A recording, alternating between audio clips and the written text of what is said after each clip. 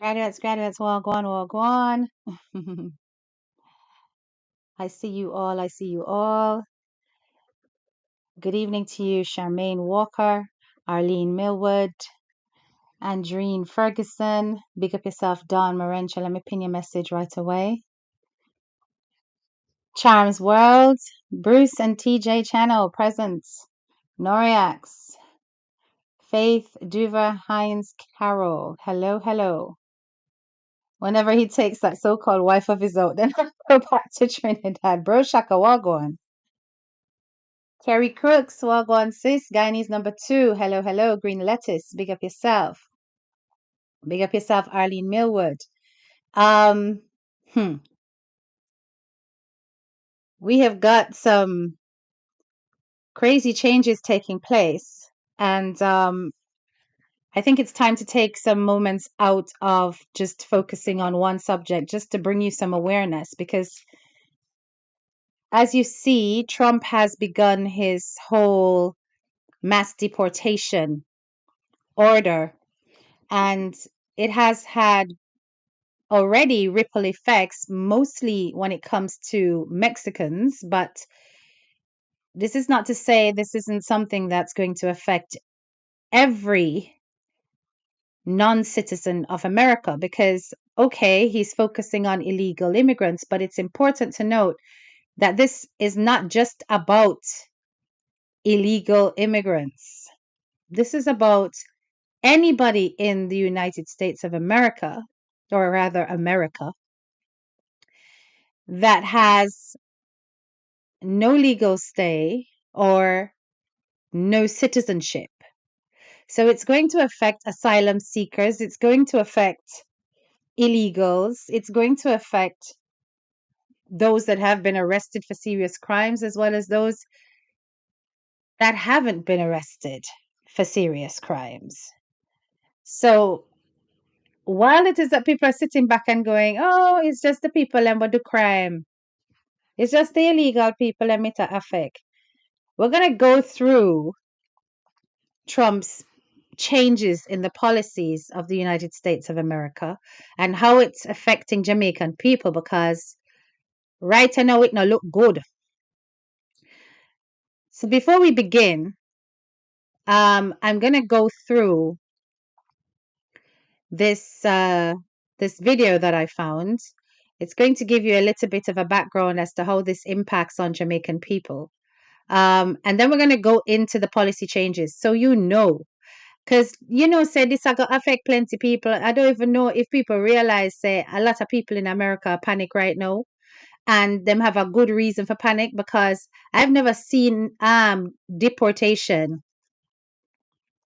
Desmarie, this deportation is just for Jamaican people only, huh? No, it isn't. But we're talking about it for the benefit of Jamaican people, Desmarie. So it's not just for Jamaican people. This channel deals with the Jamaican diaspora, right? Um, this is going to affect everybody that is a non-citizen of America. But I don't think a lot of the immigrants understand the policy changes and the changes that are coming into place, well, already are in place within the first 48 hours of Trump becoming president, and what this means for how they're going to live, what this means in terms of how they're going to go forward in the country, is really important for them to understand. So we are going to go through the policy changes, but let's take a look at this video.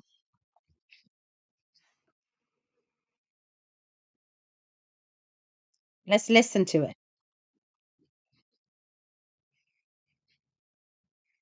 On Wednesday, Jamaicans living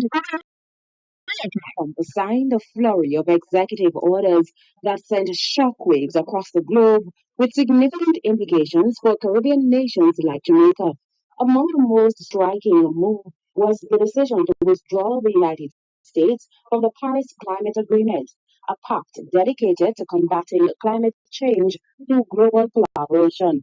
The departure spells trouble for small islands developing states like Jamaica, which rely on international support to build resilience against rising sea levels, hurricanes, and other climate related disasters.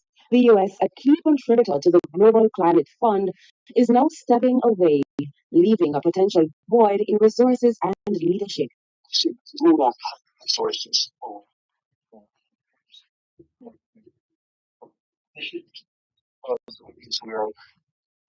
Let me skip this part. But President Trump didn't stop there. In another controversial move, he reinstated a policy requiring asylum seekers at the southern U.S. border to remain in Mexico, awaiting immigration court hearings.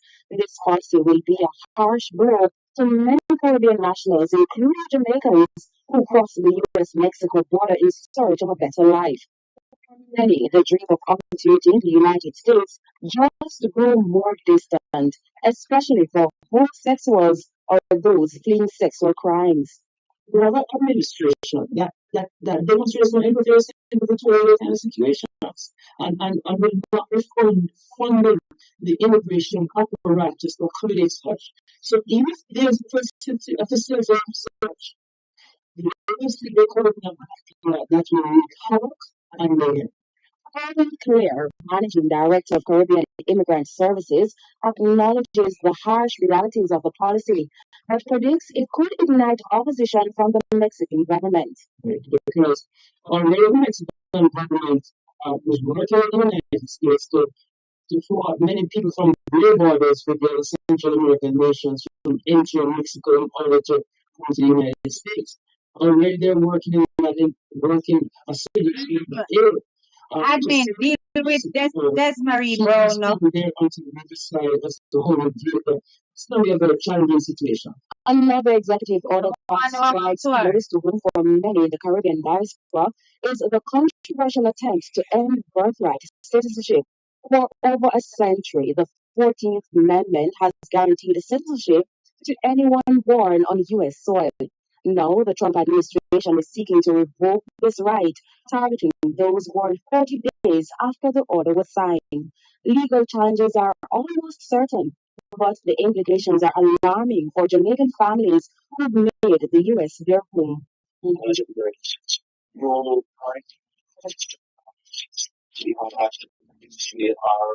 more secure than the benefits that small business make in countries. Team part is very low, but that no matter. Migrating to the United States to be able to ensure that their children can access particular benefits. An executive orders an official directive issued by the President of the United States that manages operations within the federal government. It has the force of law, but does not require approval from Congress. Sandy Williams, TVJ News. Right. So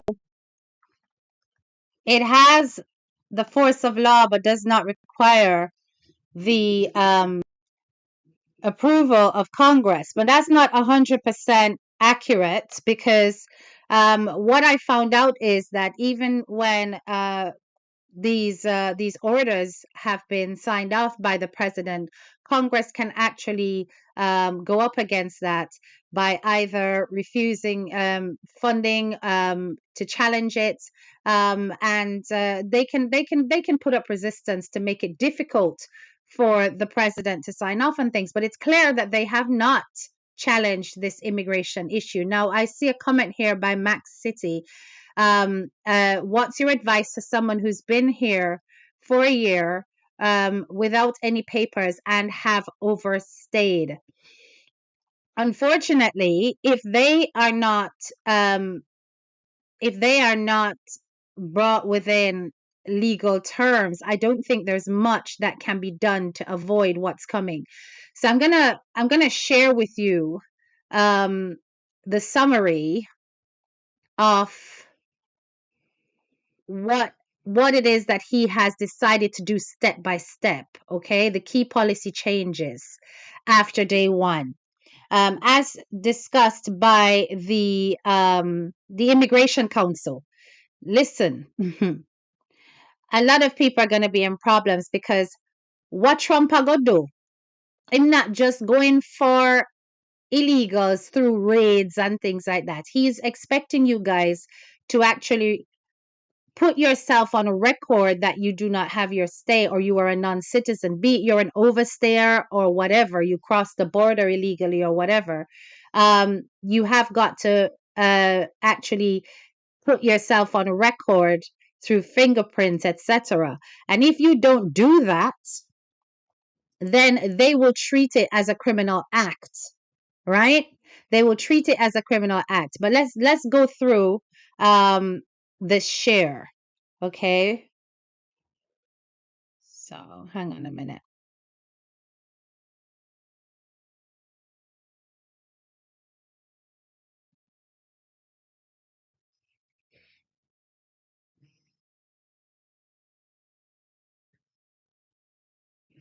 Okay, give me a thumbs up if you can see my screen.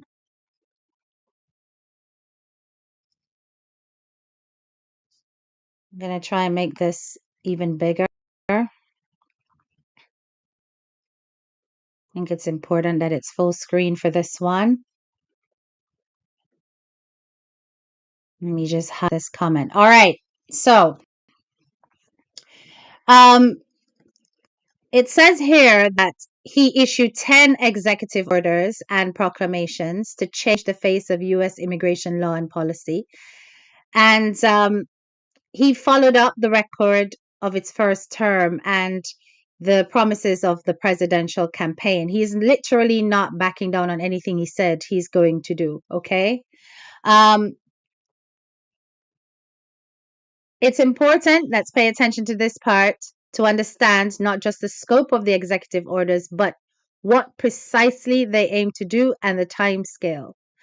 The flurry of first day activity was itself a signal to immigrant communities that they are under attack. But it is also a blueprint for future actions. And what I'm trying to say to you is that Trump is setting a precedent with how he is treating immigrants. And don't think that because you're in Canada or you're in America, I mean, the UK, that what Trump is doing isn't going to eventually affect policies in these other, countries who are allies. Um, because they tend to mimic each other, right? They see the American example as one that's set. Don't forget that England, the UK has been doing mass deportations, particularly of the Caribbean community. We had 29 on one flight. That was last year. We have the Great Windrush scandal, where people who were born in this country, but whose parents were undocumented, although they came across on the Windrush ship to work in the country, and as such, because of their parents or their grandparents not having the right paperwork, um, then and they get themselves into trouble because the UK literally mostly focuses on criminal elements being deported. Then they got removed from the country as well. There's so many stories of migrants that exist that are like this, right? So I don't think it's not going to affect you eventually, because while the UK was focusing on criminals being sent back, deported, America don't care if you're a criminal or not. The moment you're undocumented or you are illegal, as in you're an overstayer, or you entered the country in the wrong way, you've got no papers, all of this applies to you. And it also includes asylum seekers, right? Most of the policy changes heralded in these executive actions take the form of instructions to federal departments or agencies. Some of these were executed within the first 48 hours. Others will require further scrutiny and guidance in the coming weeks and months and will be subjected to lawsuits challenging their implementation. This analysis is by no means an exhaustive list of the changes made by the day one executive orders, much less a breakdown of the legal arguments contained within them. So much depends on implementation. It is possible that provisions excluded from this analysis may turn out to be enormously influential, and that some provisions we highlight may not do much other than impose confusion and fear. However, the analysis represents the best effort to synthesize the executive actions into an agenda of proposed and accomplished changes and to point out some future developments to watch for. as these texts are turned into reality for immigrants and all Americans. Now, this one, turning the US interior into an enforcement dragnet. When I saw this, my kind of like the hairs on my skin kind of stood up because it's almost as though America is being weaponized. And I don't know if you've been seeing some of the raid videos that are now all over TikTok and Instagram, but they are literally armed police running through the streets, running after immigrants to put them in detention in Chicago. So it's as though President Trump has given the enforcement officers the authority to use force when it comes to bringing in the immigrants. So the executive order signed on the first day of President Trump's second term radically expand the legal authorities used to enforce immigration law against immigrants already in the U.S., calling for an equally radical expansion of the infrastructure that would be needed to accomplish the mass deportations. In other words, more guns, really, more pies. Yeah, I should say on YouTube. Furthermore, they signal efforts to immiserate unauthorized immigrants living in the United States, depriving them of the ability to work legally and punishing them for being unable to register with the US government, something they have no way of doing. So, yes, while it is that they cannot force people to register, they will be able to check if you're registered. Say you get detained for something, or even if a police literally stop checks you, because now that they have got increased power, police can literally just see a person walking on the street and check if they are a citizen or not, that they are documented or not. Um, you could literally be going to the shops, and by the end of that trip, you end up in a detention center about to be deported. This is the kind of thing that's going on at the moment. Max City, let me just pin your comment. That was interesting right there. So, Max City says, this is a modern day Third Reich movement. That German guy with a mustache would be proud. Racism under the shield of protecting borders. Yeah, it has gone pretty extreme. I don't think I've ever seen an immigration order this extreme in any country. I believe this is the first of its kind after Adolf. Um, because I've literally never seen this. It's so harsh. It's so harsh, right?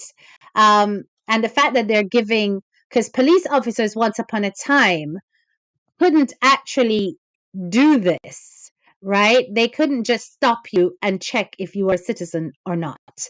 And now they absolutely can with the order that has been implemented. So let's go through the key policy changes. First of all, he ordered the expansion of expedited removal. This allows the US to deport someone without a court hearing. Now, listen to that. So, you would have had a chance once upon a time to appeal through the court system, um, present your mitigating circumstances, etc. Now you literally have no chance. So just going back to Max City's question about what advice would you give for somebody who has overstayed, there will not be an opportunity for that to be heard. If that makes it any clearer. Because even in putting in the application, what you've done is you've alerted them to the fact that you're an overstayer. You would have had to have presented a location, an address, etc., which instantly will go in the ICE system and they'll come for you. So it's not looking good, and I can't really put it in any other terms until I see a softening of the approach of Trump. But for now, it's pretty full on and harsh. So the expansion of expedited removal is where we're at. U.S. officials will be authorized to arrest someone accused of entering the country without inspection anywhere inside the U.S. and subject them to expedited removal if they believe that person has been here for less than 2 years, with the burden on the immigrant to prove that they have been here for longer. So, if they have been in the country for longer than 2 years, it looks like within that there may be something that can be done, but I'm not gonna say what that is because it's not very clear here. Okay, so if that overstayer has been in the country for less than 2 years, it will be an expedited removal. Um, and that's something that you should pay attention to in terms of the time frame of how things happened. I know Max City, it is really, really rough. And that's why I said it's so important that Jamaicans understand what is taking place. And I don't think a lot of them actually understand it. I think a lot of them are thinking, oh, if you go commit crime and them catch you, they might fling you out and all them something there. But no, it's more than that. So now there is this bit. It requires all non-citizens to register and present their fingerprints to the US government under a rarely used provision of US law, and declaring that all those who have not registered will be subject to criminal penalties. So if you're in a legal process, meaning that you're not illegal and you are in a process of acquiring your American citizenship, it is now a requirement for you to go in and present your fingerprints. They will then basically be able to track connect your criminal activities with your application. So, with your fingerprint, which would now be in their system, if you go out there and you commit a crime in whichever state and you are arrested, that um, that will be matched across your fingerprint that you've used to register to show that you've committed a crime while being a non-citizen. This will be an avenue to deport you. Yeah? This will be an avenue to deport you. So it says this requirement could be very difficult to meet for immigrants who entered the US without authorization. So, as I said, non-citizens who are in a legal process, it will curtail criminal behavior because you are already in the system. So if you do anything and your fingerprints are found anywhere, then obviously you will be deported. Um, and don't even think that, oh, well, I'm just going to commit crime and wear gloves. Because we're talking about if you get arrested, right? Gloves or not, they'll book you in, they'll check you in, and then they'll pick up that that's that. Now I don't know how it's gonna play out if people can deport you, if Homeland Security can deport you without going to court. You understand?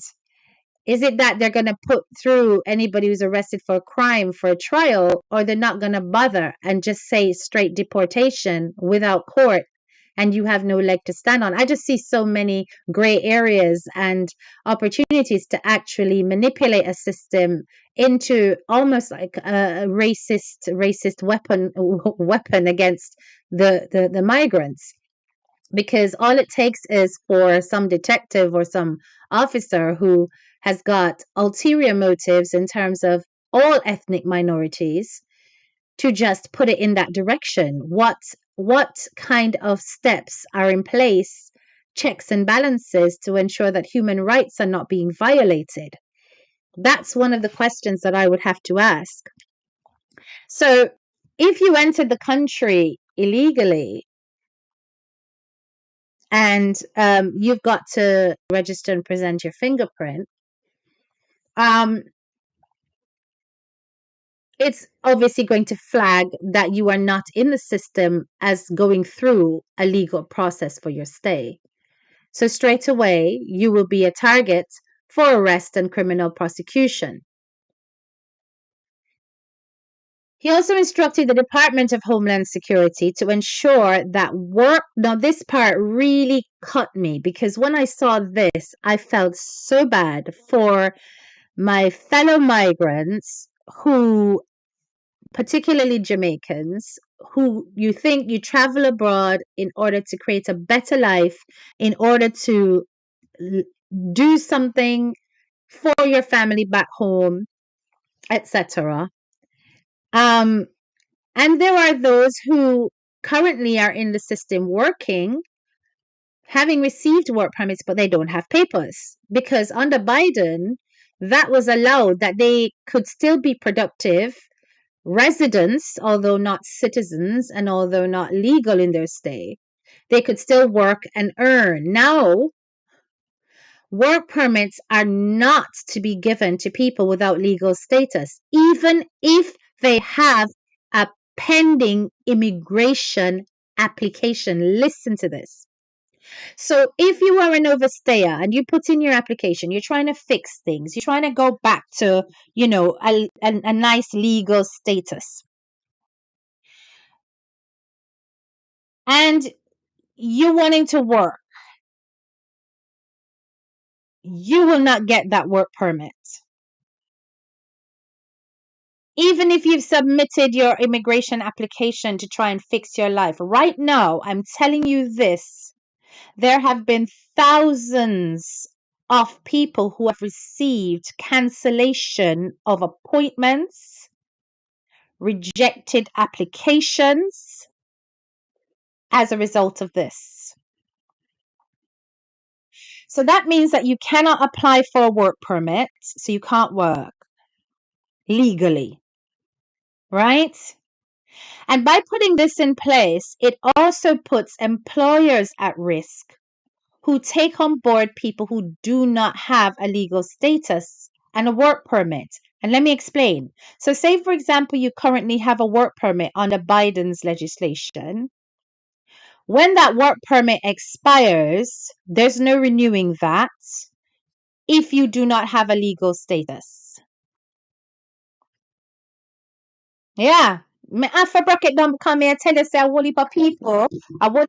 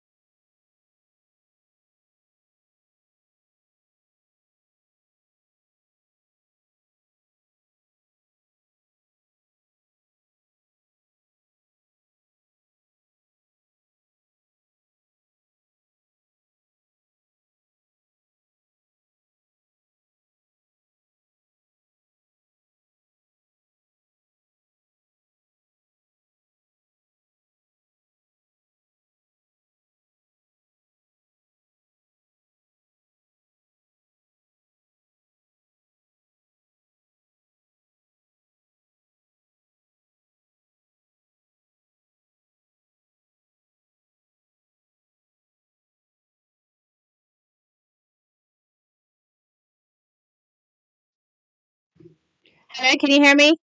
Okay, sorry about that, guys. I don't know how I muted the mic. That's so terrible. I'm sorry. I didn't mean to do that. What was the last thing you guys heard? Hang on a minute. Um, so I was talking about that the OMB would. Did you hear the bit where I spoke about? Did you hear the bit where I spoke about the work permits, guys? Did you hear that part? Mm? Did you guys hear the part where I spoke about the work permits? Give me a thumbs up if you heard that part, because I don't know what happened to my mic.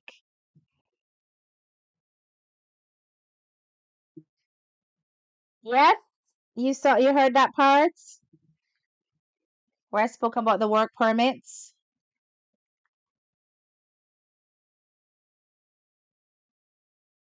Okay, you can hear. Okay, work on. Okay, so you heard that part. Did you hear the part where I spoke about the work permits? Yes. Okay, brilliant. All right, so that's where we're at. So you didn't miss much. Okay, I'll pick up from there. So the next thing that he basically said was that the OMB, which is the Office of Management and Budget, is taking action to ensure that no public benefits are provided to unauthorized immigrants. So people are going to look at that and think, oh, he's talking about food stamps, or he's talking about, any healthcare benefits that people might be tapping into. But I need you to understand that this extends to public services that that that are based on the benefit system. So, in other words, illegal immigrants won't be able to access housing if they're homeless, shelters if they're homeless. Illegal immigrants won't be able to access food stamps. Illegal immigrants won't be able to get, what do you call it? What is it that when you get public housing? Yeah, you won't be able to get access to that. So, social housing is a no-go for you. Literally anything that is being funded by the benefit system will be shut down. Shut down. He then went on to say, well, this is more of a threat to revoke all federal funding to states and localities deemed to be sanctuary jurisdictions. And I don't know if you know what sanctuary jurisdictions mean, but these are states where the police are funded to not arrest, make civil arrests on the basis of immigration status. So Biden would compensate these police units across different states to say, okay, I'll pay you for your time if you've managed to arrest somebody, and then it turns out that they haven't got their stay, and you don't really know what to do with them and whatever. Just you know, um, so that you don't end up incurring any costs and whatever. Now he's going to revoke it. So you know what this means. The police won't bother to process any criminals for prosecution and going to court and all of that kind of stuff. The moment they find out, yeah, no Section 8, that's right. The moment they find out that you are illegal and they've arrested you for a crime, it will encourage the police to actually simply deport you rather than put a burden on the state and put you through a court process for criminal proceedings. So instead of that happening, because they're not getting funded to do that with all their time, they're just gonna kick you out. They've arrested you. I don't know, you've broken into a shop. You've stolen a packet of crisps, and crisps, I don't know what they call it in America. UK crisps are like, potato chips and stuff like that. You stole a packet of that. They grab you. They call the police. The police come. Oh, he stole a packet of this. Okay, let me take your details. Run you through the system. Either your fingerprint comes up to say that you're in the process or undocumented, or you have no fingerprint because you've decided that you're not registering, or you come up as a citizen. You come up as a citizen, you go through the regular procedure. But if you come up as a non-citizen,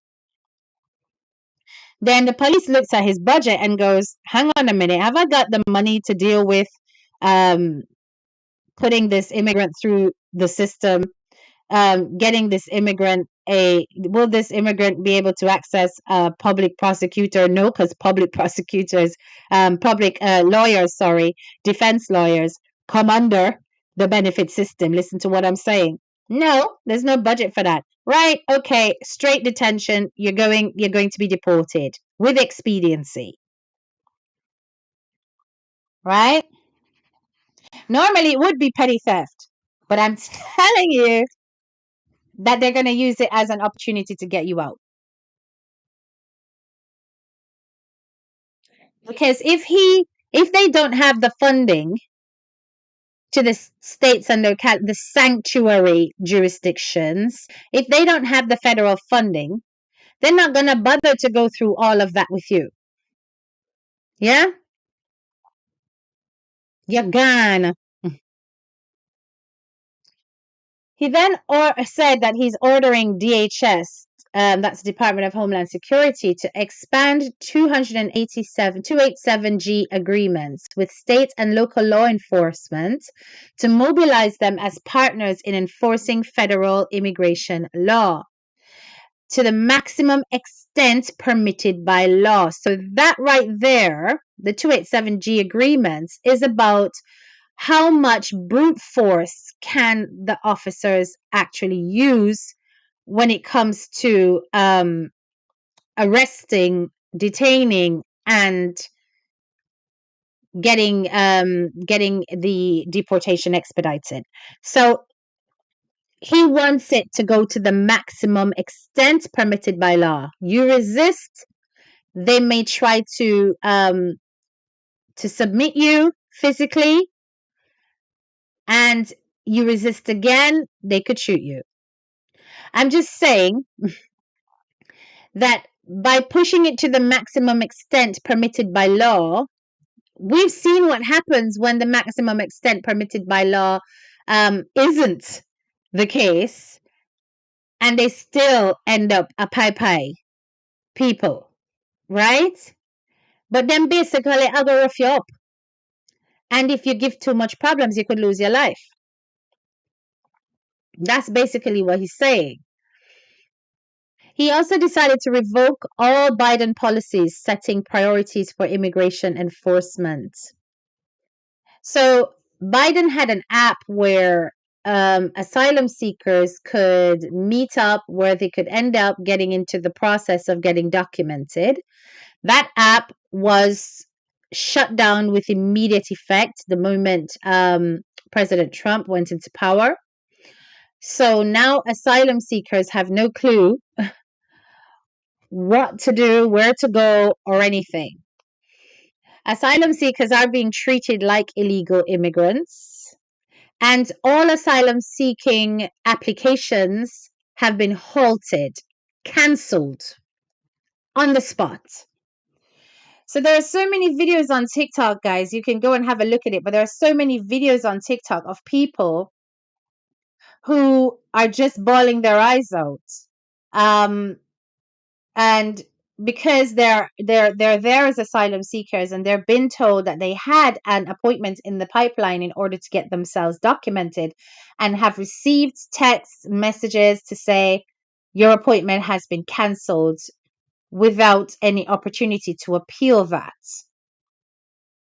So all those people who flew to America to try to get your stay on the basis of the fact that you are a homosexual, for example, and therefore you are leaving Jamaica or leaving the islands because you are in fear of your life and you have not yet achieved your documents, you are at risk of deportation.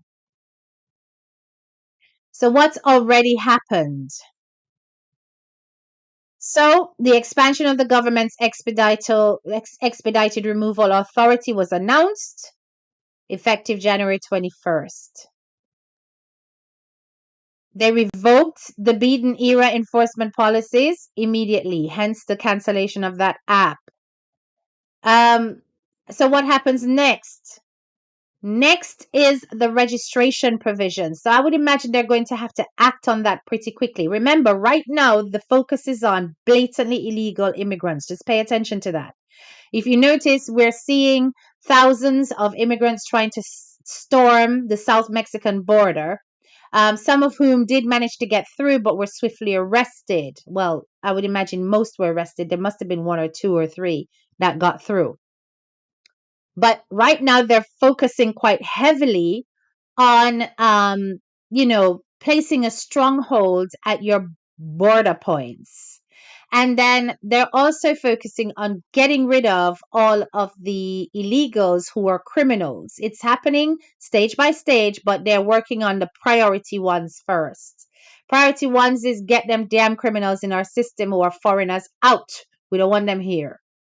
um, uh, get them ones that are coming across the border illegally out of here, because they are linking particularly the Mexicans with the drug cartel.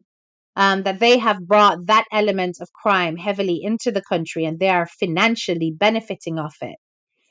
Um, then they're going to turn to the asylum seekers and go, okay, well, we've canceled your ability to apply. We don't need any more people here. You need to go.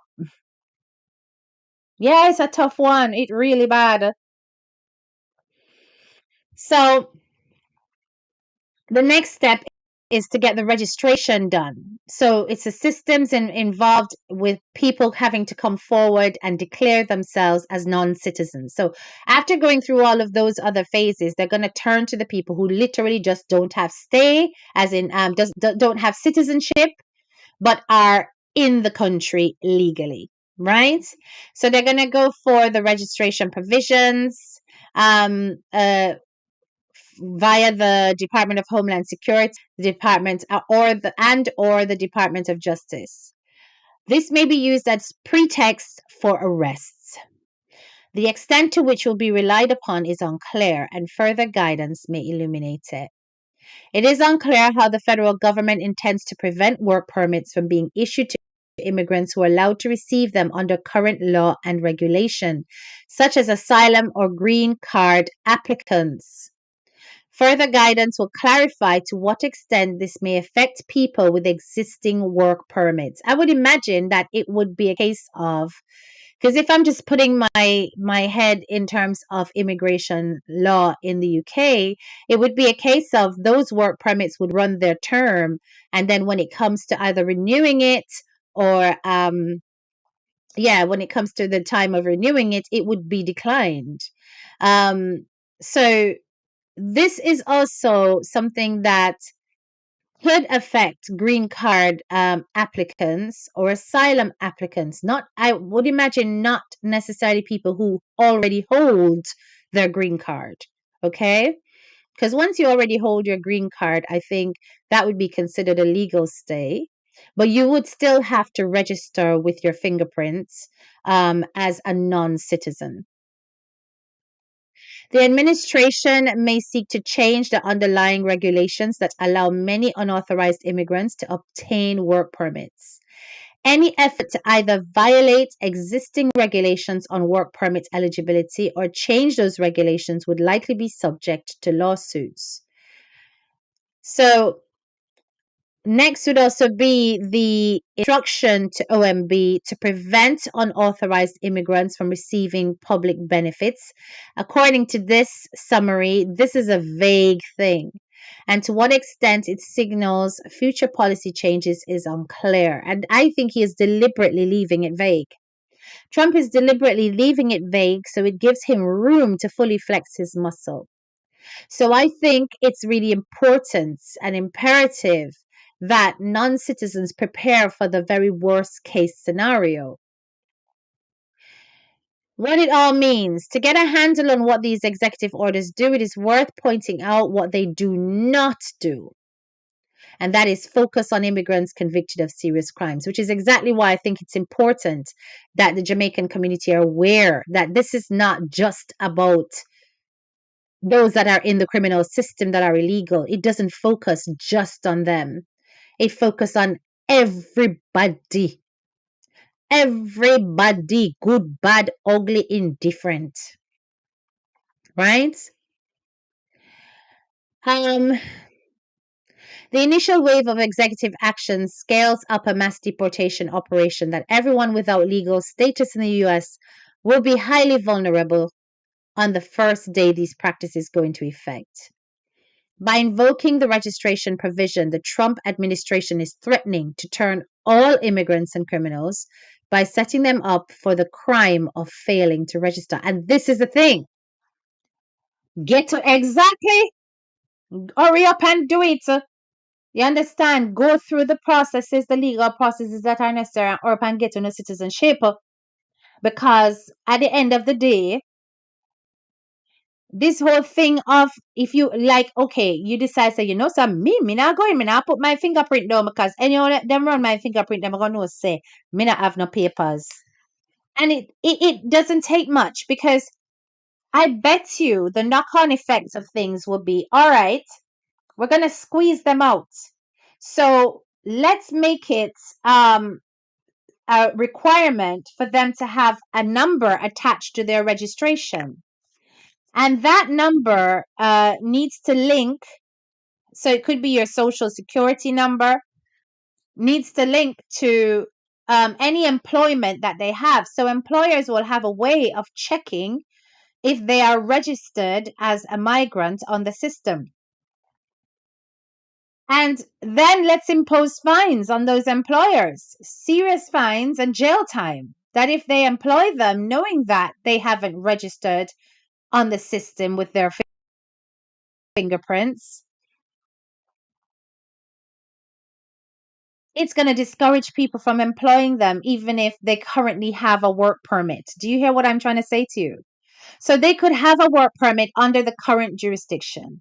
But you have a work permit, but you haven't gone and stuck your thumb down to register under the Trump administration. You say, sod that, me not do it.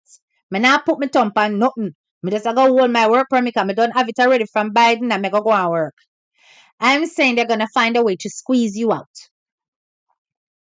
They're going to find a way to squeeze you out because they know that you have to work, you have to eat. You already cannot get benefits.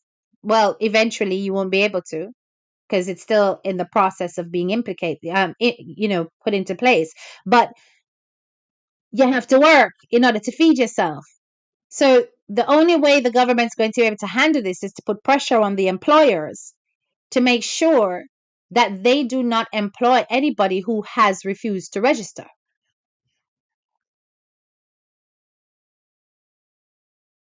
Yeah, get your citizenship if you are eligible.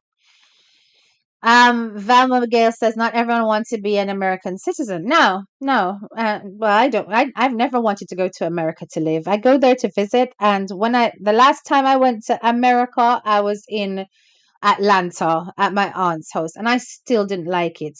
I went to New York. I went to Brooklyn. I did. I don't like America. It's not for me. Okay, no disrespect to America, but I just so prefer England, right? I would visit, but I'd never live there. So the expansion of expedited removal alone could subject millions of recent arrivals and others swept up by error. Mm-hmm. To protect, didn't I say this? Because listen, guys, I'm reading this part with you guys for the first time, and I did say this at the beginning of this live. I said I can imagine that the police are going to end up over exercising their powers, arresting people unfairly, and then basically expediting their deportation. And because there's no court to intervene, there is going to be very little that can be done about it.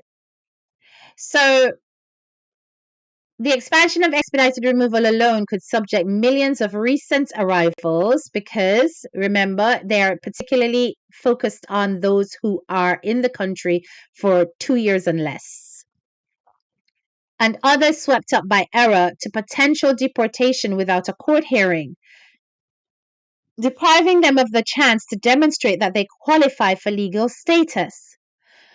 The pressure to expand 287 agreements will empower local law enforcement agencies who want to target immigrants and lead to increased racial profiling. I also said this, that I can see a yardie a walk down the street and the stop and search is going to be real. You literally could just be going to the corner store and you end up getting stopped by the police and you end up getting arrested, right? Because straight away they're going, come here, you're illegal, you shouldn't be here.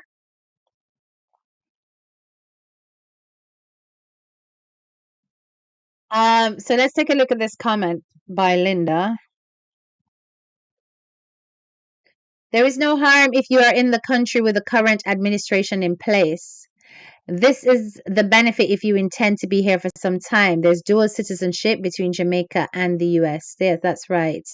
God's child said she is in a non sanctuary state, so we business owners are at risk of hiring illegals. Exactly. Exactly. Um, and you have got to be really, really careful because it's going to come down to the point of vetting whether or not they have registered, right? Anybody that you employ. So next, we have the fact that it could lead to increased racial profiling, while the funding threats and threats of criminal prosecution to sanctuary jurisdictions may successfully intimidate localities who would otherwise seek to avoid entangling their local law enforcement with Trump's mass deportation campaign, right? Um, they will not have a choice because by taking their money away, they're going to act in the way wants them to act. Depriving applicants for legal status for the ability to work legally, meanwhile, will create further strains on local governments by preventing people from being able to support themselves, exacerbating one of the problems the administration has used to justify its crackdown. So basically, Trump has recognized that people see America as the land of milk and honey, those migrants who have crossed over on a banana boat or across the border illegally. And he's trying to take the honey away. So if they come and know that bloody hell, everything is so shut down, we can't even get work permits, we can't even work, we have to be constantly looking over our backs, it's really not worth it anymore. Let's divert our attention to the next weak area where we can get by and earn. So already we've had about 1,000 illegal immigrants try to cross the border in Canada. They have detained them. So the non-residents, the undocumented, the illegals are now trying to access Canada as option B, and Canada is now saying that they are fully prepared for the influx that will come as a result of President Trump's executive order. They are prepared for it. Now, I do not know if that means they're prepared in a military way or they're prepared in terms of holding cells for these illegal immigrants in order to process them and send them on their merry way to deport them. Or if it is that, because I know that Canada up to recently was saying they need people. So I don't know what that is going to entail for those who end up in Canada, right? I remember Canada was one of the places where asylum seekers and refugees and stuff were welcomed with open arms. Um, and even those who have crossed the border illegally trying to escape a different, a life of persecution or anything like that could easily get help when they entered Canada. I'm not certain that they're going to be so willing to drain their resources for the spillover from America. They will also target white immigrants who haven't got their papers. Yes, yes, Jacinth. This is not just about people of color. It's all. It's literally all, right? So even white people don't have no paper. The Trump administration's executive actions unilaterally bar anyone without legal status from presenting themselves to seek protection at the US Mexico border while laying the groundwork to resume and accelerate the shuttling of asylum seekers to third countries temporarily or indefinitely. Furthermore, The executive orders assert that migration via the US-Mexico border constitutes an invasion. He's very, very hell-bent on Mexicans, and enlist the US military in repelling migrants, tapping into military funding and personnel for border enforcement, and opening the door to a future invocation of the Insurrection Act, a law which authorizes military to be used to enforce federal law in narrow circumstances. So when I say that he is already starting to weaponize this whole immigration thing in a way that it will look like World War III, right? So if it is that at the border, the army the military needs to protect the border by, using severe military weaponry, they will be able to do so. So civilians are going to get hurt if they try it. Whereas before they would kind of like stand back and just let them come in, especially if they're forcing their way through. That's what we're seeing so far. But I'm telling you, if that happens, it's not going to be good at all. They're not going to come in. Canada has already made steps to remove certain services from the border, so you cannot get admission again. There is a big problem here with too many permits given out. Yeah, definitely. So they did announce that they were ready. Okay. Um, then there is a suspending the entry of anyone engaged in the invasion. So, of the United States at the US-Mexico border under Provision 212F of the Immigration and Nationality Act. This is the same provision used under the first Trump administration for travel and refugee bans, and which the administration attempted and failed to use to restrict asylum during Trump's first term. A similar 212F proclamation was put into effect by President Biden in June 2024. All right. So this is basically about turning away asylum seekers. It's not allowing refugees to come in. You're not even going to get those, right? So, like how over here have asylum seekers being put into nice 5-star hotels, while you have got British citizens in dilapidated council housing. You're not going to have that happen to you guys. I don't know if that's necessarily a bad thing or a good thing, but we do know there are genuine circumstances under which asylum seekers enter the country because they are fleeing war-torn countries, refugees, and asylum seekers. They're fleeing war-torn countries or countries with extreme biases and extremely harsh legal consequences for minor offenses. So there are good reasons why, but I've seen the asylum seeking route be abused by migrants, because to this day I know that the seeking of asylum based on your sexuality is a thing, but I don't believe it's as big a thing as it used to be in Jamaica. Because the amount of gay people me see online, I go on with themselves and I chat out straight, say a straight man them I deal with. The so-called members of the aquarium community. And them not have no problem I show people online what them do, how them do it. I see Jamaican man at work like it is no big deal and they're still out there on the road. Them still outside. So it really does give a very contradictory view of whether or not, yes, there are serious biases and whatever, but it's clear that some can live their lives freely while some still cannot, depending on the communities that they're in. But I've seen those who wouldn't have had a problem wherever they were to live their life use it as a way to get into the country on asylum, and not as so natural I can live. You see me I say? Right? Very good heads up and on point information. No problem. So another key change is decreeing that anyone engaged in the said invasion as well as any other non-citizen who does not provide sufficient information to the U.S. government prior to the entry into the United States, is barred from receiving any relief under the Immigration and Nationality Act. This likely includes not only asylum, but other humanitarian protections that prevent deportation, including protections for unaccompanied children. Yeah, because my ear says sometimes I'm sending picture them cross by themselves. Them a send back a picture them, my loves. So them not only I send back a adults, them a send back a picture them. Unaccompanied them a go right back.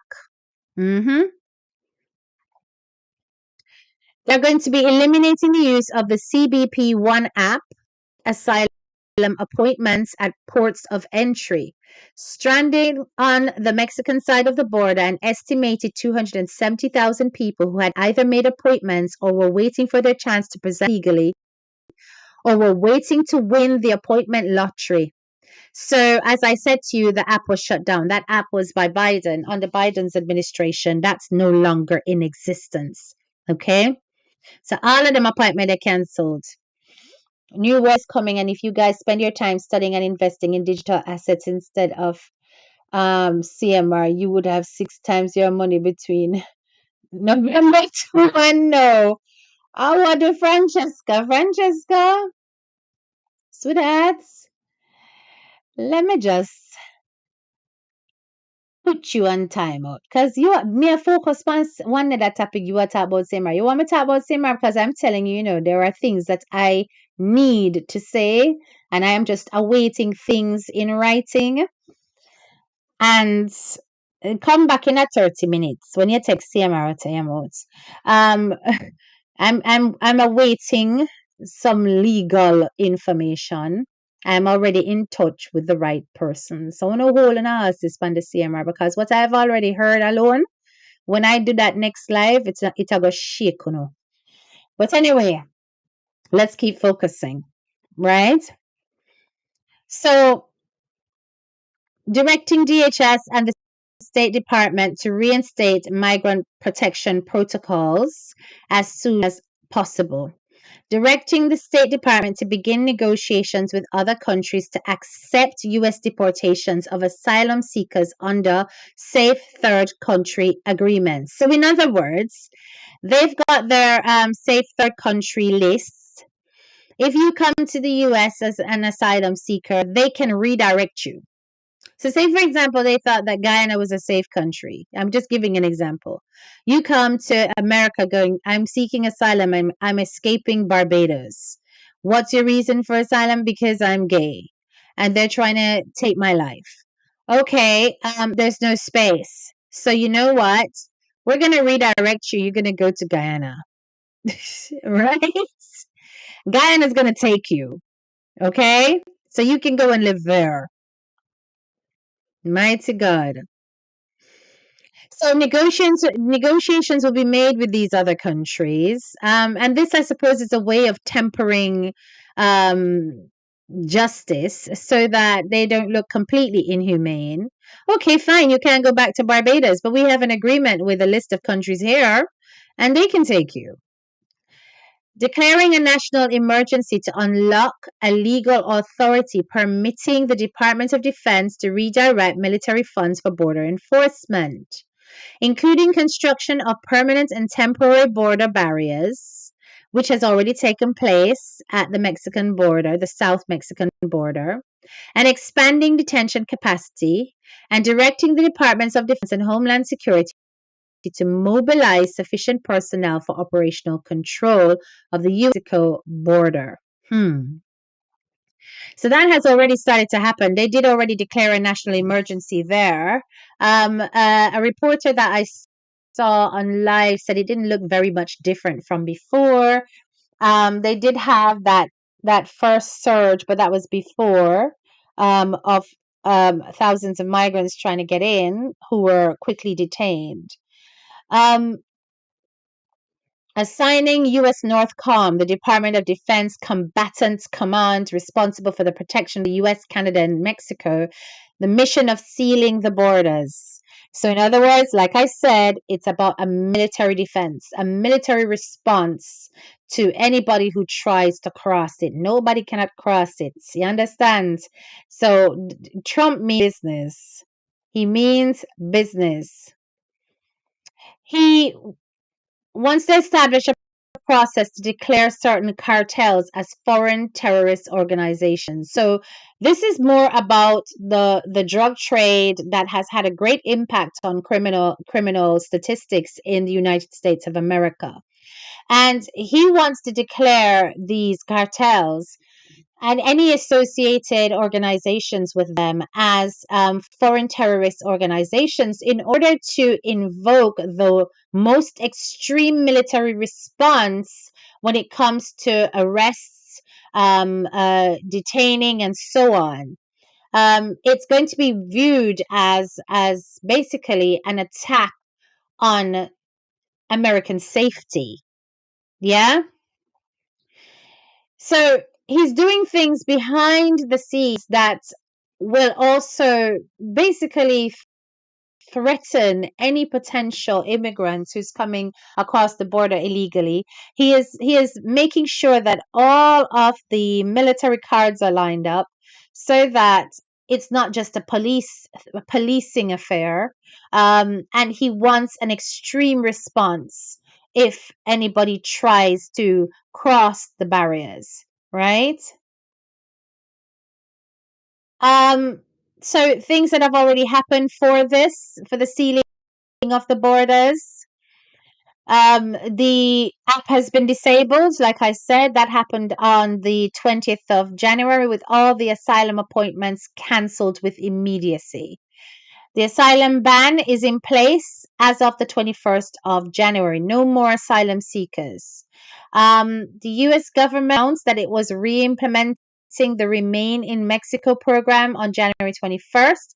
This is consistent with statements made the same day by Mexican President, who confirmed that Mexico would accept people waiting for their asylum hearings for humanitarian reasons. So they would take them back. The Department of Defense has announced plans to deploy up to 1,500 active duty troops to the US Mexico border. Very unsafe space. So anybody who would try cross the Mexican border, just try and know say a bullet a go reach you. You understand? It's not going to be a civil discussion. It's not going to be a case of okay, let's just get you processed. It's going to be a case of you trying to get through, we're going to snipe you. Oh my goodness. People, it doesn't look good.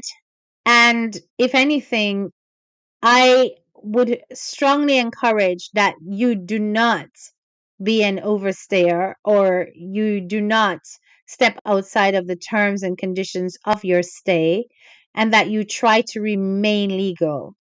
And if not, then it's a matter of you take yourself home and try and find another way to come back.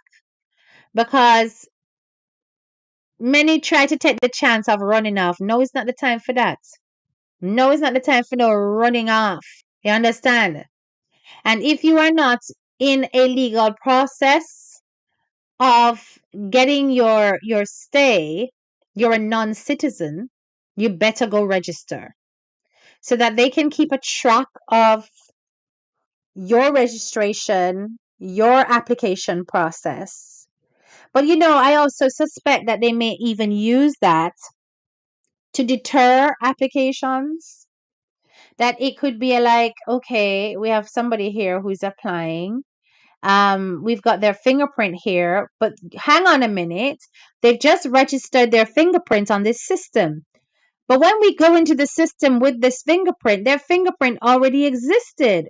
Oh, when did this happen? Oh, apparently they were arrested for burglary before, and their fingerprints already in our system for that criminal activity. And here they are in the process of trying to get their stay in our country. Hell no, declined. Declined.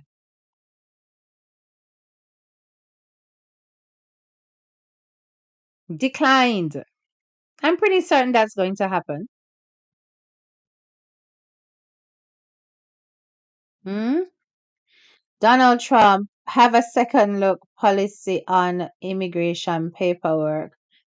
Boy, all I'm saying is that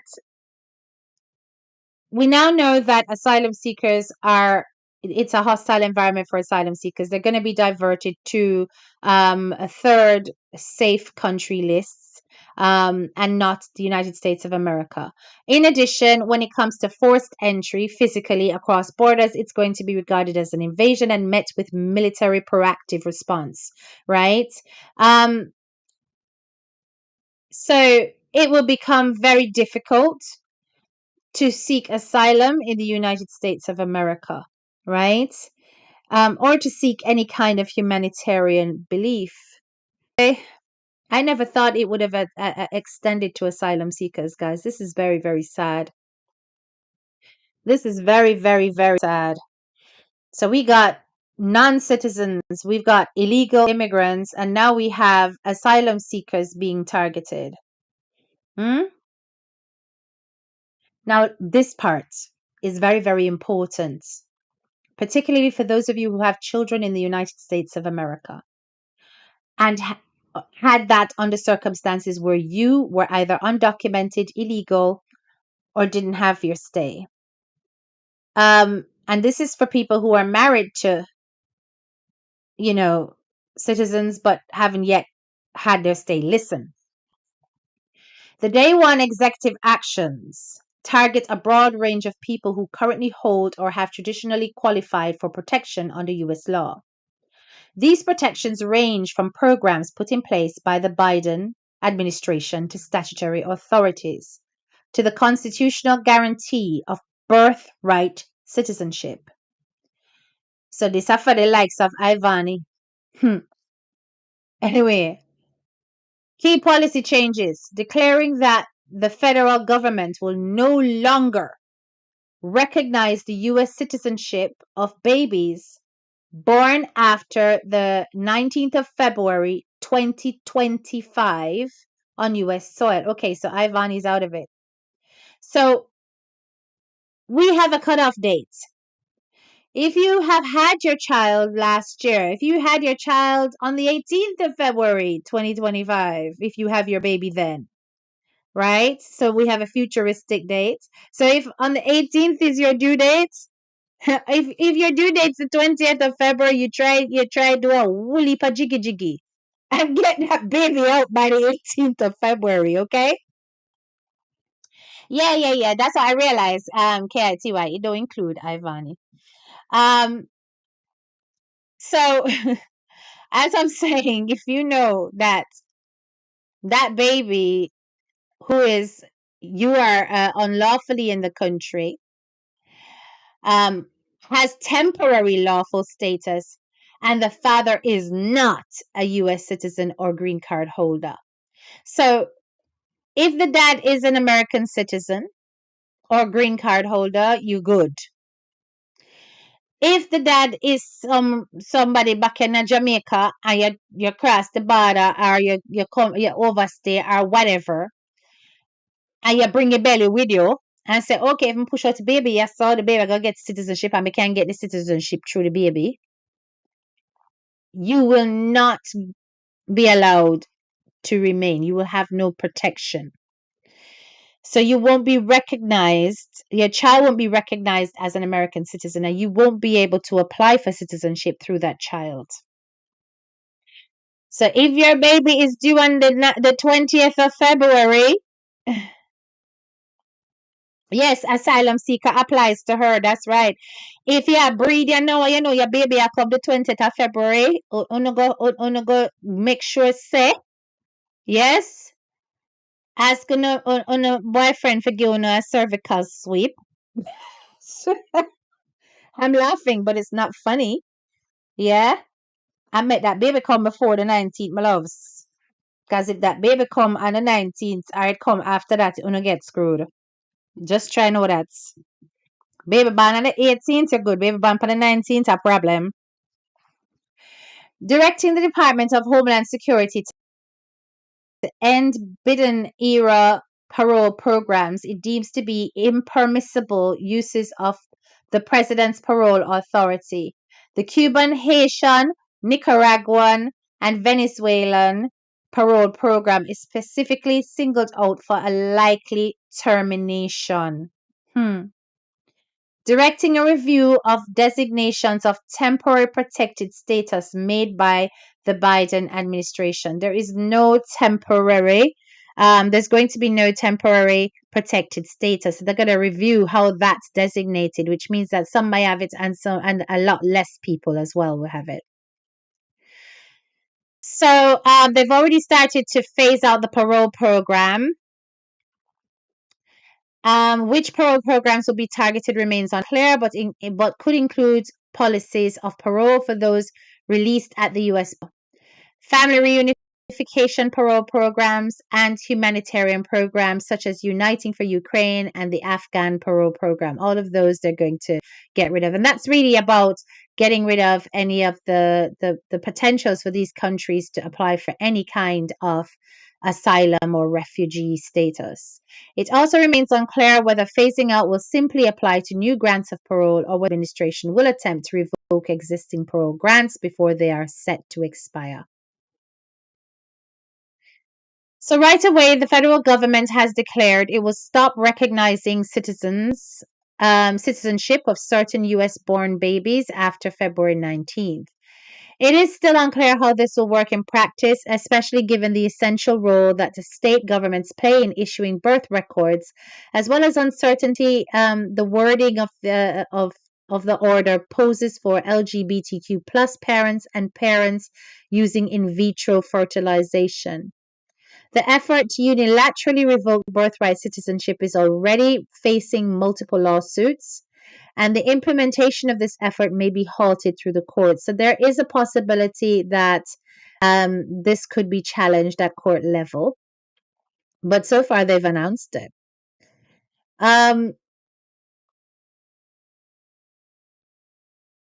Boy, so what it all means, both the effort to unilaterally end birthright citizenship and the campaign to end temporary protections, including parole and TPS, draw an ever narrowing circle around who counts as legitimately in the US. Revoking protections takes people who were legally recognized by the government and turns them to deportable. That is serious. That is pretty serious. So let me just explain what they're trying to say here. You know that you were going to have your baby. Your baby was going to end up being a citizen of the country. You currently have a work permit. But you're an overstayer, or you've got, an application that's pending. You now no longer have the possibility of applying for your stay. You can't get no green card or anything. And you're not only going to get deported as somebody who no longer qualifies for American citizenship, but your baby is going with you. Your baby is going with you. So you pregnant mothers who are due to give birth after the 19th of February, this will apply to you, where the father of that child is not an American citizen. Now, I wonder about the practical workings of that because, hey, say for example, I'm pregnant and I find a nice bonononus American man. And this nice man say, listen, me, I gotta take that pitney as my own.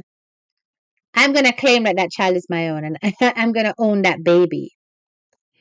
When you put down your application, you're gonna be able to tell people that I'm the father of the child. And through me, you'll be able to get your citizenship. Surely that's gonna happen.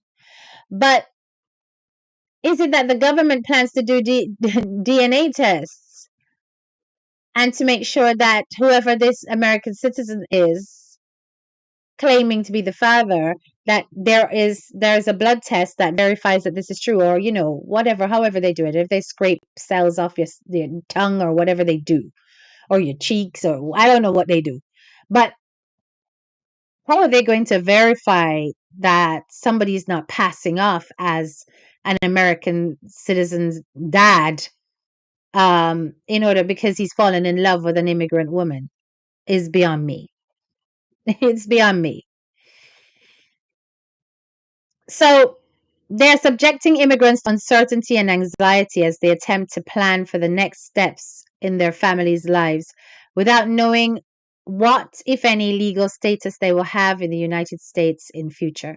The extent of chaos will be determined by implementation, but evidence from the first term of the Trump administration shows that the uncertainty itself produces strain on immigrants and their families, especially children, that will have long term consequences for their futures and the future of the country that is currently declaring them unwelcome.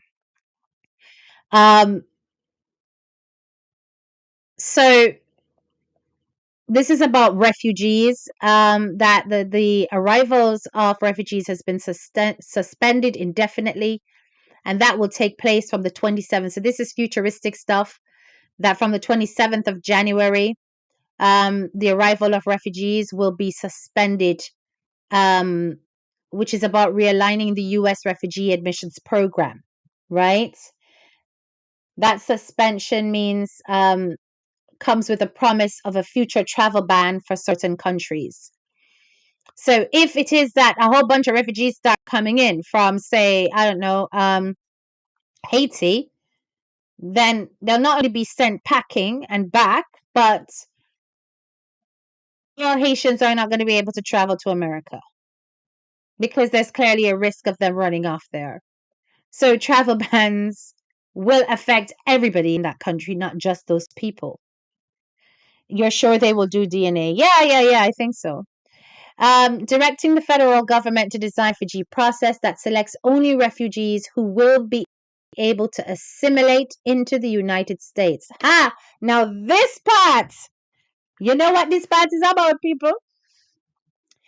Trump used to say him no like see the foreigner them where them look like the whole of them look like some cockroach.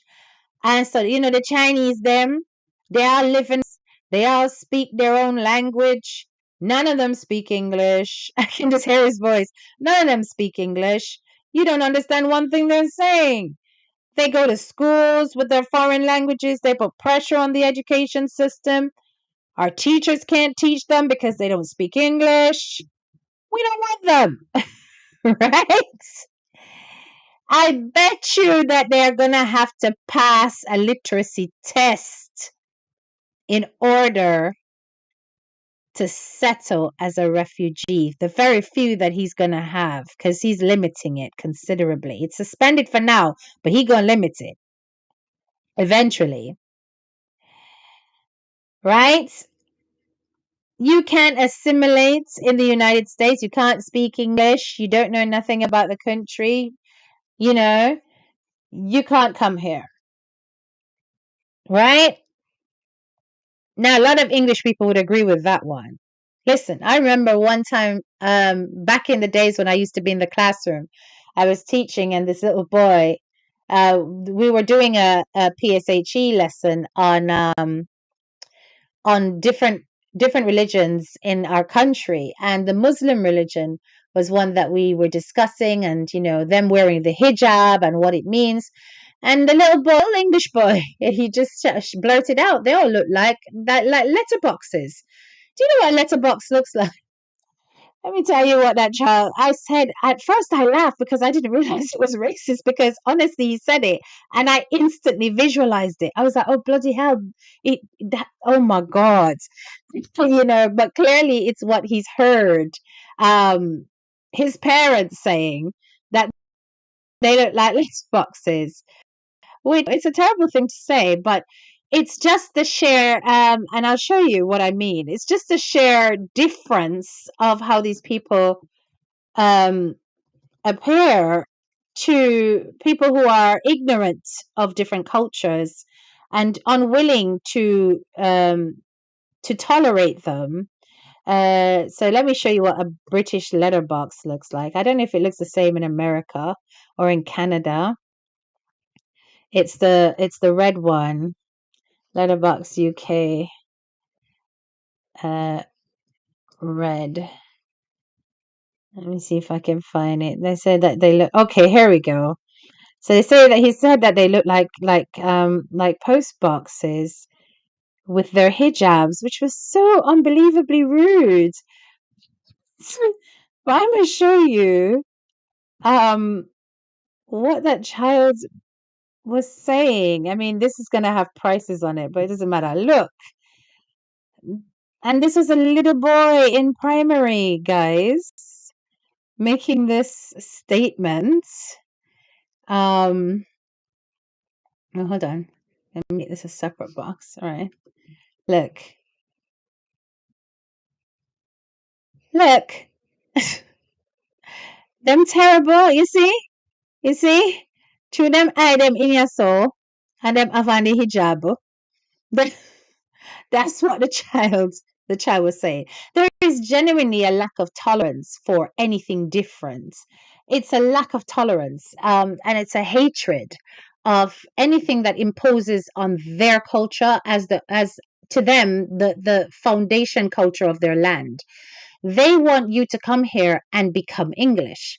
Now, I do agree with that to an extent that when foreigners do migrate, they need to stop this mindset of, I'm coming there and I'm bringing my culture, but I'm not willing to assimilate any of the culture that I'm in. That might be my personal perspective, but I don't think you should come to America and create a mini Jamaica. Honestly, I think it should be a case of, okay, we have got American, Jamaican restaurants and whatever and clubs, but that these Jamaicans can, and even Americans can go there to take a taste of the life, but then they also go to other places, get to know the country. But you do have some communities that are literally filled with migrants, and they have taken over blocks of residential areas. And it's literally like walking into a miniature version of the country that they're from. And I do not necessarily believe that that's always healthy, because often it leads to a ghettoization of these areas, because they bring third world practices into a first world country. And while it might make them feel more at home, they lock down as a nuclear community that don't need to assimilate. They become so self sufficient that it becomes dangerous to their ability to take on the parent culture that they have moved into. Yeah. Oh, the information is so good. Big up yourself. You're studying your life in Britain test. Yes, Denise. I did that. I did that when I was going for my citizenship. I finished it in like 15 minutes. The people look at me strange, like you're out. But I have a very good memory. So I swatted for that thing. I'm telling you. So it was really easy for me to answer those questions back in the day. And I do remember my citizenship swearing in ceremony, that was held in the council house. They have like a courtroom setup kind of thing, and I had to swear my allegiance to the Queen, who was alive at the time. I was allowed to take one witness with me, myself and my husband. We swore in at the same time, and the lady I call my adopted mom, she came as my witness. It was such a big relief off my shoulders to get that done, because indefinite leave to remain is all good, but citizenship is really the goal, and you must go for it, right? You will be okay. So study up, learn about all of the different systems, what the House of Lords is, the House of Commons is, and all of them sitting there, right? Okay, so we now know that whatever is happening is in the process of happening, and that we've got set dates that people in the Caribbean community need to be aware of. And this in particular, that's the 19th of February in 2025, that's related to those baby mothers who not attached to an American man. You understand that that's a very crucial date, because on that date, on the 19th of February and onwards, that's when your whole world is going to change. Because while you would have looked at that child as your hope, this takes that hope away, right? Um, And we also know that the refugee program is going to be suspended from the 27th of January. So that one's a little bit more around the corner. But the program, uh, but the program, well, the State Department sent a memo um, on the 21st of January, instructing them to already start to cancel all the travel for incoming refugees. So, in essence, the government has started the suspension program 6 days early, even though the date is the 27th of January. So, I need you to understand that even though we've got these predictive dates, there's nothing stopping these people from starting to do things ahead of time. Okay? Um, so, many are saying that a lot of human rights violations are taking place with what Trump has put in place, and that Congress isn't going to stand for a lot of it, and they're going to put up resistance. But currently, Trump has already got suing lawsuits coming out of his ears for some of the policy changes that he has tried to put in place. And, some people are just not having it. They're not, they're feeling the hostility. And it's interesting because a lot of the people who are going up against him are from migrant backgrounds themselves. So, but they're in positions of power.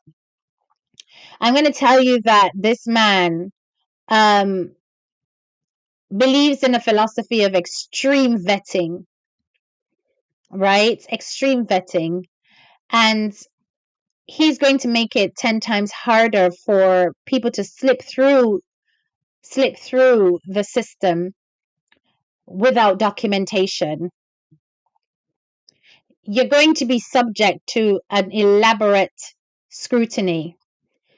Um, and this is not just about those that are in the country already trying to become straight or, in the process of, but this is also about would-be legal immigrants. So those of you who are on the outside trying to get into America via, applications from your children and so on and so forth, you are going to be the impositions are going to go way beyond just background checks. And the difficulty of obtaining any legal immigration benefit has also increased the cost that's attached to handling immigration. So we're going to end up with immigrants just literally scattering across the street and being gathered up and arrested and shuffled out. So the idea is to squeeze them out of a comfort zone, but some are obviously going to go below the shadow economy, not even shadow, below shadow economy, and do some real rough crime in order to survive and not surface and be detected. You understand? You're going to have such an increase in crime over there by those who are hell-bent on not returning to their country of origin, and who cannot operate through any electronic system and have to operate via cash in hand in order to survive and live. I even believe that they're going to start to attach certain security things to money transfers to find out where you're getting your money from and so on. And certain verification documents are going to come into play to show where your money is coming from. Because right now on Western Union and MoneyGram, you can just say, oh, it's from my savings. And you haven't got to show any proof of that. What if the next step for those who are working illegally but still sending money back home, what if one of those steps is to say, hang on a minute, upload your bank statement? You don't even flipping have a bank statement because you can't get a bank statement. So things are going to get extremely difficult. What was just temporarily blocked? Um, Garcia Stargirl. There's an update.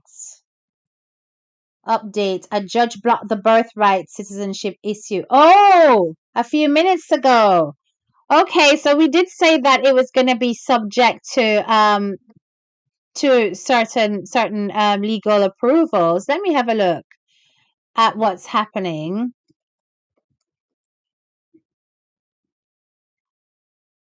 Let's see. Let's have a look. Oh, it's a temporary block, though. It's a temporary block. I can see it here. So the judge, this is 2 hours ago. This is 44 minutes ago. This is the most recent. It's on BBC. So let's take a look at this. A U.S. judge temporarily blocks Trump's order to change birthright citizenship. Um, Things did not go well for Trump's lawyers during the brief hearing in Seattle, where four states asked a judge to immediately block Trump's attempt to deny the right to birthright citizenship to children born to undocumented migrants and people in the U.S. temporarily. Just as the Justice Department lawyer Brett Shumate began his arguments on the validity of the order, Judge John Connor cut in, asking him point blank, "Is this order constitutional?" The judge again interrupted as Shumate began to respond, saying, "This is a blatantly unconstitutional order." We look back in history and say, where were the judges and where were the lawyers? The judge continued. Frankly, I have difficulty finding that a member of the bar can state confidently that this is a constitutional order. Uh-huh. Wow. Oh my goodness. So they don't think it's constitutional, basically. So they have temporarily blocked it. I think they need to go back and do some research to see whether or not it is actually a constitutional thing to do. Um, so while it's a temporary block, it doesn't necessarily mean it won't go through. Because if it's one thing with Trump, he knows some old some old laws that he can cite. This guy knows how to do that shit. I've noticed that with him. You know, even the whole thing about weaponizing the military. He found some old law to do that. You know, right? So let's see. You know, they're saying that it's blatantly unconstitutional, and that he's seeking to redefine the 14th Amendment. But it's a temporary blocking, while 22 states are suing Trump um, about the birthright citizenship. 22 states are suing him. But can you just imagine how much expense has been designated towards these applications already? And he's basically trying to. It's going to have a knock-on effect on everybody, really. So yeah, it's a temporary block. So let's see what happens. I know a whole family vote for him now. The mother crying, saying her two son undocumented. She never knew the president was so serious. But what the bug said, yes. Well, Andy, no, sir. Let me just pin that because I can't believe what I just read. Are you for real? She never knew that the president was that serious. Let me just pin this. Is it? Well, I hope them know now. So the man serious. The man not play. The man is not playing. You understand? The man is not playing at all. Right? He wants them gone. You better believe it. He wants them gone. Right? Anyway, guys, I hope this has shed some light on what the next steps are for the executive orders around immigration. I hope you have now a better understanding of what is the agenda. It's not just about illegal immigrants that, we also have to be aware of. It's also about refugees. It's also about asylum seekers. It's literally about non citizens and the undocumented, right? Everybody in a one bongo being handled, but it's being done step by step with the most aggressive responses taking place on the borders of the United States of America, and then the rest of it happening systematically. So hopefully I have shed some light for the Jamaican community on what Trump wants for these non-citizens. And if you are in America, God be with you. As a migrant, I know it cannot be easy hearing what is to come, and it cannot be easy to consider the worst case scenario. I think I'll do another video, not necessarily a live, putting together all of the different services that are available in Jamaica for those of you who end up with the worst case scenario being the ultimate outcome, so that you know exactly which agencies you can go to. I have already started doing some research, but I'm going to put that together comprehensively, so that you can then go and start to make contact with some of the agencies that are over there. Get your papers lined up, so you get your TRN number and all these things, your birth certificate, all them something there. They will start to advise people on what to do, lining up your. Listen, let me tell you something. You know that deportees, right? Deportees, when you leave the country, you literally leave with your clothes on your back and deodorants, right? But it doesn't mean that the things you have cannot be reallocated to somebody you trust and they ship those things down to you. And there are certain tax relief that are available to those who return to Jamaica in particular under these circumstances, where they can get their things without paying a lot of duty and tax on them. So yeah, as I said, I'm going to put together a video about the services that exist in Jamaica now that will support this community, who may be going through something that we could only imagine must be horrific, after committing to live your life in a different country and to try and better yourself and not ending up with the right paperwork. I am from a very non judgmental perspective when it comes to things like this. As I said, I had my issues with immigration as well. And that story is crazy because I remember because I have literally never had a moment of illegal stay in the UK. I went from being a master's student to a PhD student. I'm telling us I never finished my PhD because I'm married and get pregnant. But during my PhD, I was also working part time. And I was working part time as a student, and which eventually landed me a a permanent job, for which I could then change my status after my master's, and the first year of my PhD, and I could change my status into what is this? What is going on in the comments here? Hold on there.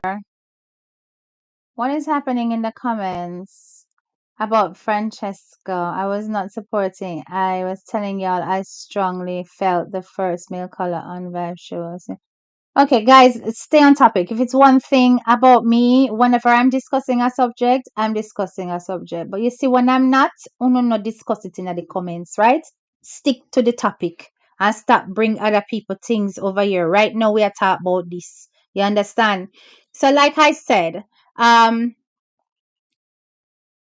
I was on a work permit, and in the so when I instead of extending my student visa, I switched it from a master's, from my master's year. I switched, and my first year of my PhD, I switched in my second year onto a work permit because I got a permanent job. I got a job offer. Now, at the time that was allowed, you could change your status, providing that you had completed a postgraduate qualification. So I had my degree in this country. I had my postgraduate degree because, well, my master's, which is a postgraduate degree, and I had commenced a PhD. So do you know that the person I was working with, she wanted to embezzle the organization. She wanted to rob the organization of its charitable funds. So she wanted to commit fraud, and she knew she couldn't do it with me present, because I would have alerted the managing board of whatever she was doing based on the role that I had. So she basically had to sign off as my manager. Well, she was the deputy manager at the time. The manager was outgoing. So she was handling a lot of the paperwork. She had to sign off on my work permit application. And it did ask, had I completed my postgraduate qualification? and you were supposed to check yes or no, and that wretched woman checked no. And because I was down as, the last student status that I had submitted was a PhD, and this is a Caribbean sister, people. You, this was a Caribbean sister, You understand? So, okay, Francesca, fine. Let's stick to the topic then, okay? So, this was a Caribbean woman who did this to me. So, when the application went in, they instantly revoked it. They didn't check that my previous application as a student before the PhD was for a master's. They just looked at it like, oh, she came into the country to study a PhD. She didn't finish it and now she wants to switch. And she wants to switch to become to work. No, sir. Go home. People, it was an absolute nightmare. And when I tell you, there are so many levels to the fight I had to fight. Now, luckily, by that time, the manager had left, and she was now the woman that did that to me was now the manager. But that lady that left, that African lady that left, she came to my rescue because she was very good at handling systems. And she sat down with me and told me step by step what I needed to do. She said, you need to reach out to your member of parliament in your locality.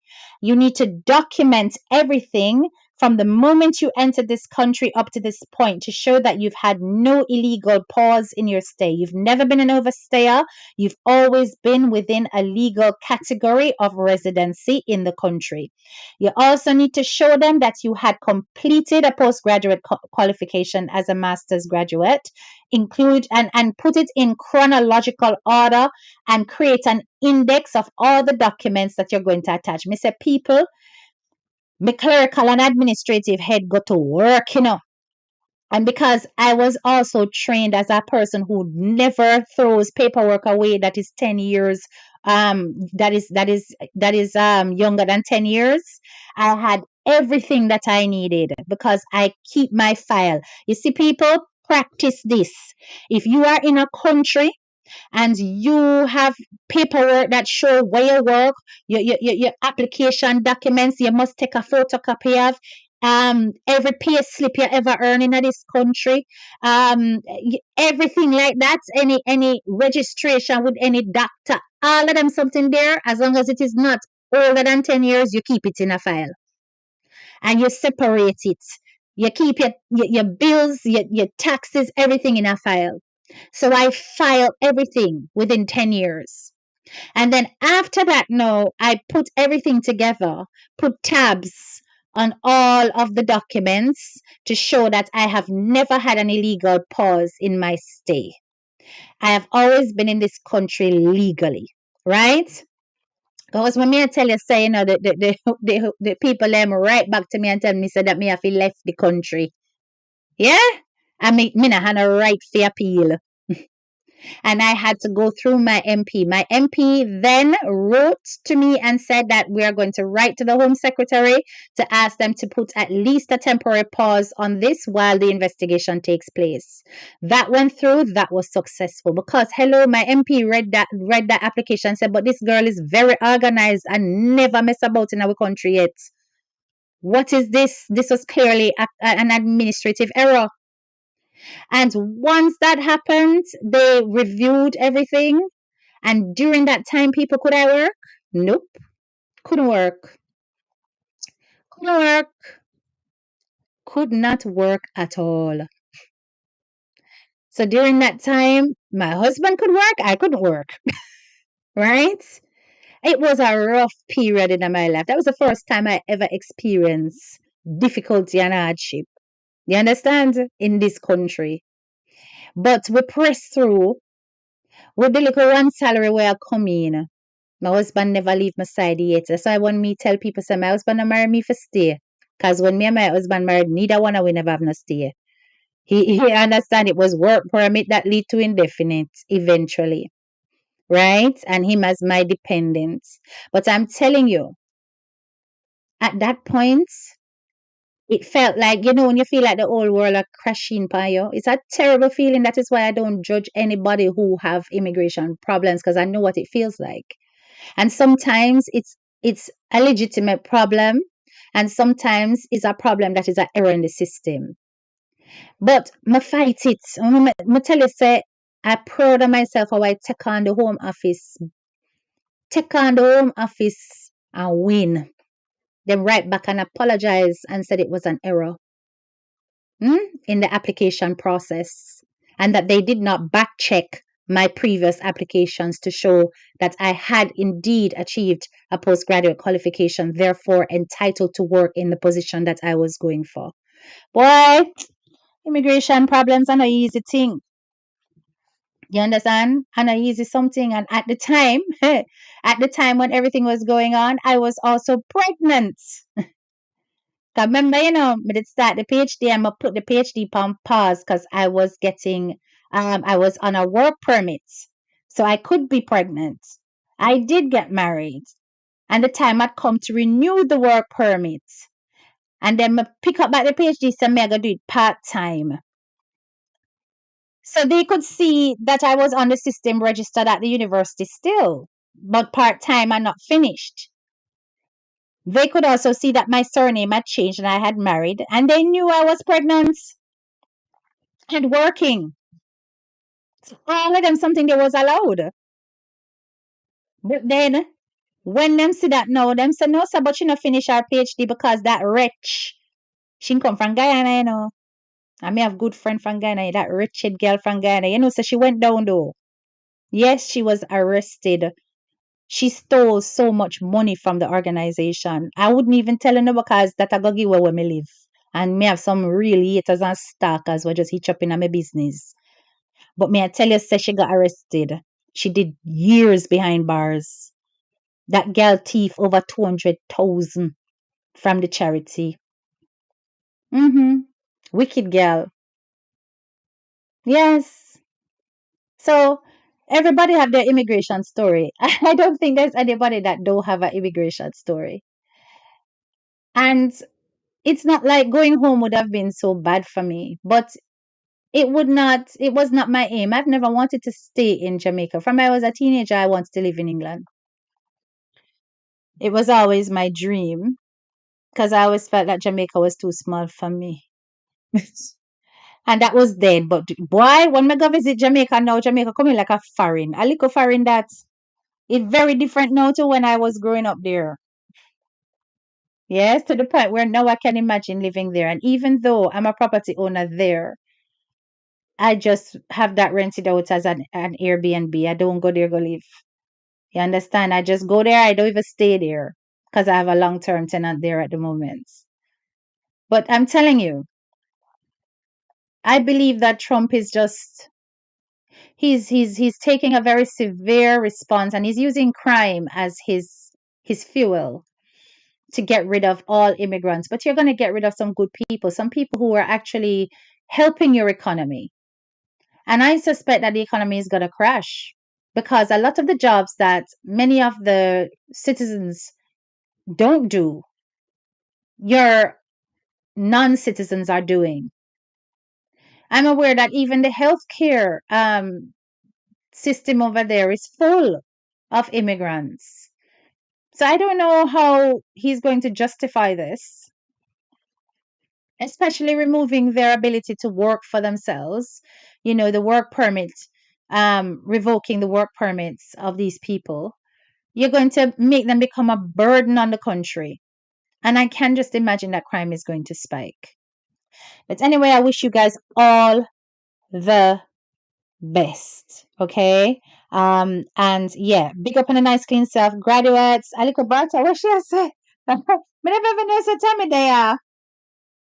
Those days, even though challenging, are way better than nowadays. These days, you can't even change visa category so easy. Yes, it has become very, very hard, Tammy.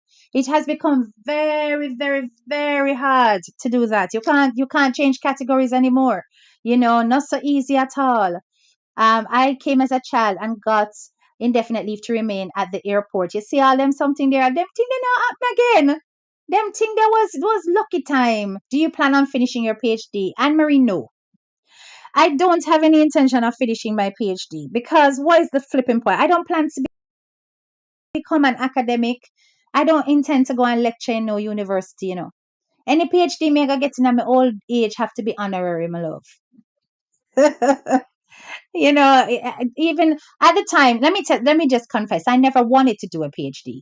My mom wanted me to do it. I didn't want to do it. When I finished my master's, I wanted to take a year out and travel the world. And she wouldn't have it. She wanted me to keep going. She was like, you'll never come back to it. But she knew deep down I didn't want to do it. So when the opportunity come for fine man and get pregnant, my gone. So that's it was fine man, get married, get pregnant, my God. In that order. Didn't want to. My master's was enough for me, right? PhD is just title. It's just title, not a thing else. That lady sounded like a Trini lady I once worked with, and she was doing insurance fraud and sending wheelchair medical supplies to Trinidad. Yeah, me I tell you, me said that girl did wicked. One day me go come telling us the story about the wicked boss we used to have. She did wicked. Trust and believe she did wicked. This is an interesting topic. Hi to Johnny. Oh, hey, I say, what's up? I'm doing my master's and that's it. My head can't take it. Trust me. Trust me, my head can't take it. No, I had no interest in doing that PhD. No interest. Yeah, and I suppose I could have gone for, what's the lower tier one again, the MPhil, because I had started to do a lot of research and put together stuff and everything for my thesis. But it's just, I felt no passion. No passion at all. Love man too much, you don't know. That's, that's Jamaican man noise. Was ready. I was ready to go on and live my life. And I think that when your child comes to you and says, "Mom, I've done enough studying. Let me live." You must let them live. Don't force them to keep studying, right? It was just not for me. Yeah, it was not for me at all, right? So it is what it is. Yeah. So, thank you guys. Big up on yourself, right? We've been on here for ages. Bloody hell. Oh my gosh, it's 9:36. I started like over. I never usually go over 2 hours, guys. I'm on here too long. McGann, right? As I said, big up on herself. I love your voice, very classy. Thank you. All I know is that Tony Blair years were some of the best. Oh God, man, Tony Blair was a nice time in England. Nice, nice, nice, nice time. But you know what they would also say? It was a time in England where things were easy to exploit at the disadvantage of the English. So they would never like to see those years back. They would never like to see those years back at all. Now, if you don't have your papers, you can't even get certain things in this country. It just has become so harsh. And there is still that anti immigration and anti immigrant attitude amongst the British right now. That was Brexit. Brexit gave voice to exactly how they felt about foreigners, and the fact that foreigners come here and they get the best housing, especially the refugees. They get nice houses where you have English people waiting for housing for ages when their family has expanded and can't get none. No, I agree with that, because what the hell? You understand? Give the English people them the nice new build house them and move them up, because now them where them live, then can't live there, and put the immigrant them in that. It would be more fair. So they are so angered by so many things. And a lot of the foreigners come here and they behave badly, do dodgy things, and make some of us who try to be upstanding and try to do things within the system and try to assimilate English culture, make us look bad. You see me, I say, scrape here, scrape through, rough, me get the last part that is easier Canada, it look like. Yeah, my high school diploma will suffice. I will continue to. Set up a bad. So if that's fine. Listen, academics is not for everybody, and I don't expect everybody to do that. After my masters, yeah, okay, I didn't finish my PhD, but I did continue to do my PGCE and qualify myself as a teacher. So It never stopped me from doing further studies, but it gave me further studies that gave me skills that I needed to evolve into the businesswoman I am now. And it's best you give your children that ability to explore, well, what do I want to be, rather than force things on them for titles. It that makes sense. So I did, as I said, I graduated 3 times over. Undergraduate degree, master's, PGCE, right? Which is a postgraduate qualification in itself. So 2 postgraduates and 1 undergrad. So I didn't waste my time, but the PhD was a waste of time and a waste of money because as an international student, I paid through my nose, but I paid it. You understand? I just didn't finish it, and I don't think I'll ever go back. Right? All right, guys, my God, is it coming like I don't know why me come off of this, I peer chat, know why me chat now after we don't talk about Trump. You understand? Right?